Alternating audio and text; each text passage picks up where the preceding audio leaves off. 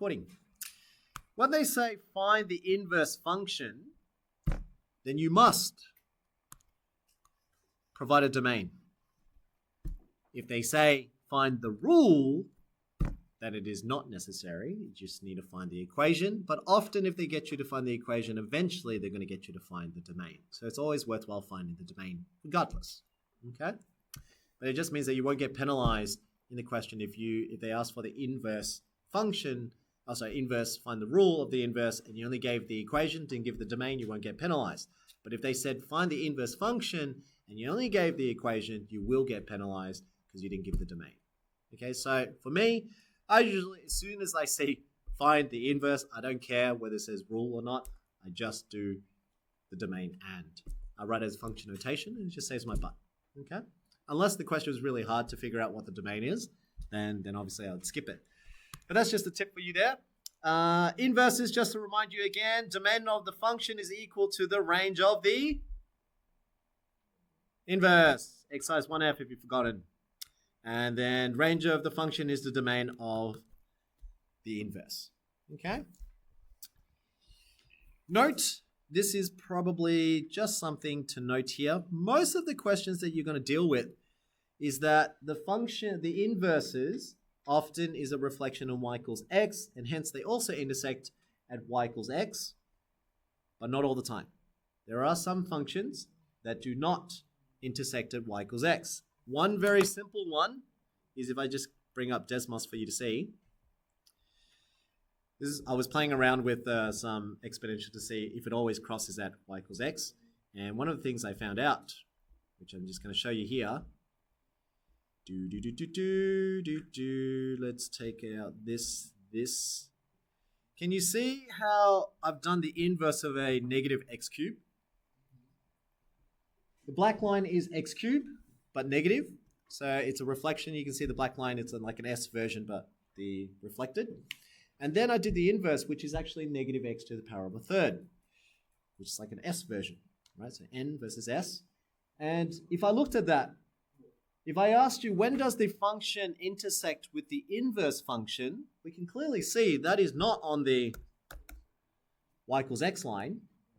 It is a reflection, yes, it is true, but it is not intersecting on the y equals x line. In this case, it is intersecting on y equals negative x. So it means that when you're doing these solutions, there will be questions where they'll usually say, find the intersection of your function and your inverse. Often the easiest way is to let it equal to x, but be careful, sometimes the graphs may not equal to x, and in this case it would have been equal to negative x to make your life easier. Okay, so that's usually in the exam questions, you just got to be careful. Most times it is y equals x. When I played around with a few other equations with Mr. Berger, we found that it could also be on the line y equals 1 on x as well. So how do you know which equations to play around with? It's any equations that literally has that reciprocal where you end up an x coordinate becomes a y coordinate and a y becomes an x. That's essentially how you know. So usually 1 on x could be a potential, so write that in. Or you could have y equals negative x is another one. But most cases it's y equals x. Okay, so just note that down in case. Usually you just have to look at the graph. And the graph is the best way to predict it. Okay? All right. Let's do example 1. Or was it example 2 that I wanted? Okay. Textbook 5H, question 12. This one, if you're trying to find the intersection, you can't do it by hand. I just thought I'd let you know that. Right here, can't do by hand. You have to do it on a CAS. Okay, so practice finding it on a CAS. You should be able to correct it 3 decimal places. Check your answers there. But let's do question 1 together, and then I'll give that time to you. Whatever's left over is your time. Okay, but just write textbook, exercise 5H, question 12. There will be some questions when you're trying to find the intersection between the function and its inverse, and you just can't do it by hand. And you know it when you've got to log an exponential. As you're doing, you get rid of one, the other one comes back. You get rid of the other one comes back. And you're just stuck in the loop. Okay, that's a hint. All right, let's do the first one. This one should be pretty easy. Find the inverse function. So this is now going to test your understanding of chapter 5. Here we go. I've got a function, says the domain is R, so that's pretty easy. Domain is R.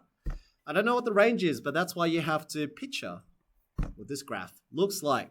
Let's read the transformation. Let's go with Adrian. Tell me a transformation you can see in this exponential graph. Down one, very good. So I know this graph goes down one. Give me another one. Let's go with Albert. It's divided by 3 in y. You were right the first time. So affecting the y, so it's moving away from the x-axis. The dilation of factor 3 from x, correct. And the last one, the x plus 2 tells me what? Let's go with Noah.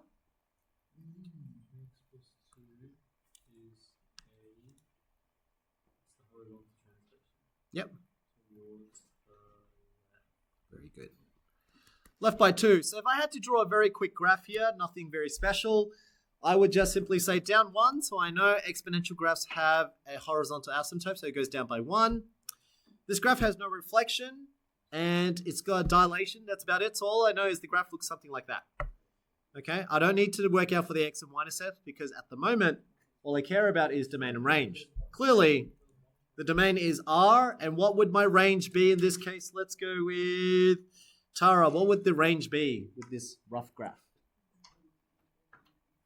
Beautiful, because we know it's gone down by 1, so it's -1 to infinity. Note, if you know the domain of f, that is also the range of your inverse. If you know the range of f, then that is also the domain of your inverse. The question asks you to find the inverse function, so you should give the domain. So here, I already know when I first write it out, I would write f inverse, colon, the domain must be -1 to infinity, maps onto R, comma, and what I don't know now is, what's my inverse equal to? How do you work out for your inverse? Back in exercise 1F. Since it's given you in terms of y equals, function. I want to say let y equals to the f inverse function.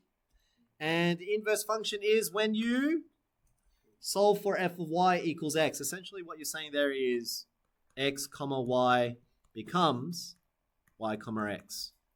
Okay, so you can type that on your calculator if you wanted to do it. If you had a CAS exam, you don't have to do this by hand. You can actually type that after you define the function. You can say solve for f of y equals x, solve for x, and it will rearrange the equation for you. In this case, we're going to do it by hand. Here we go, let's do it by hand. Our function is currently f of x is equal to 3e to the power x plus 2 minus 1. If you're swapping the x and y's, this now becomes y, this now becomes x. Oh, sorry, what am I talking about? This now becomes x, this now becomes y, and so you end up with x is equal to 3e to the power of y plus 2 minus 1. Your goal now is to do exactly what we've been doing in 5G. Rearrange it. Get y by itself. First thing to do, BODMAS. Inverse of BODMAS is Sam Dobb, so get rid of any subtraction addition first. Opposite of minus 1. Add 1 on both sides. Minus 1 plus 1 cancels out. X plus 1 is equal to 3 times e to the power of y plus 2. Next one. Sam Dobb. No more addition or subtraction, so next one must be multiplication or division. Get rid of that times 3. That's a times 3, so divide 3 on both sides. 3 divided by 3 cancels out. Then you're up to the next one is now x plus 1 on 3 is equal to e to the y plus 2. Hopefully by this point, now you're feeling more comfortable to get rid of exponentials. How do I get rid of exponential base e? Log base e. So here I'd say do the log base e on the left, do the log base e on the right. Log base e of e will cancel out, and you end up with y plus 2 is equal to log base e of x plus 1 on 3. And finally, to get y by itself, y is equal to, take away 2 on both sides, and you should now have log base e, whoops, I'll do it in blue, log base e of x plus 1 on 3, take away 2. Note what is y. At the start I said let y equal to f inverse. So technically my answer must then be f inverse of x is equal to log base e of x plus 1 on 3, take away 2. And that is how you answer an inverse function. You've got a domain included, so they'll give you 1 mark for this step. That's 1 mark. And then obviously the correct method to get your answer is your second mark. So far so good? That's 5G, 5H. Okay, so 5H requires that you know how to rearrange equations using exponential log properties. And then now we're sketching and solving for inverses. So be careful, like I said. Inverses doesn't always equal to y equals x. Sometimes it will equal to something else, but I think your textbook, most of it will just be y equals x. Okay, so it means that if you were to solve, you don't have to equate two crazy functions. You can actually just take the function and equate it to x to find the intersection, is what I'm trying to say. Okay, so for example, in this case, if I asked you to find the intersection of f of x and f inverse of x, what you might not want to do is you don't want to equate this with this. In fact, we can't do that because they're both inverses one another. Log e, if you get rid of log e, you get that exponential, so it's just a loop. So you can't do it in that way. Best ways is when you let it equal to x instead. For most other functions, it's much easier to solve. This case, you'll likely find that you can't solve it by hand and you'll have to use a CAS. Okay. All right, team, that's it for today. And you've got about just under 20 minutes of your time.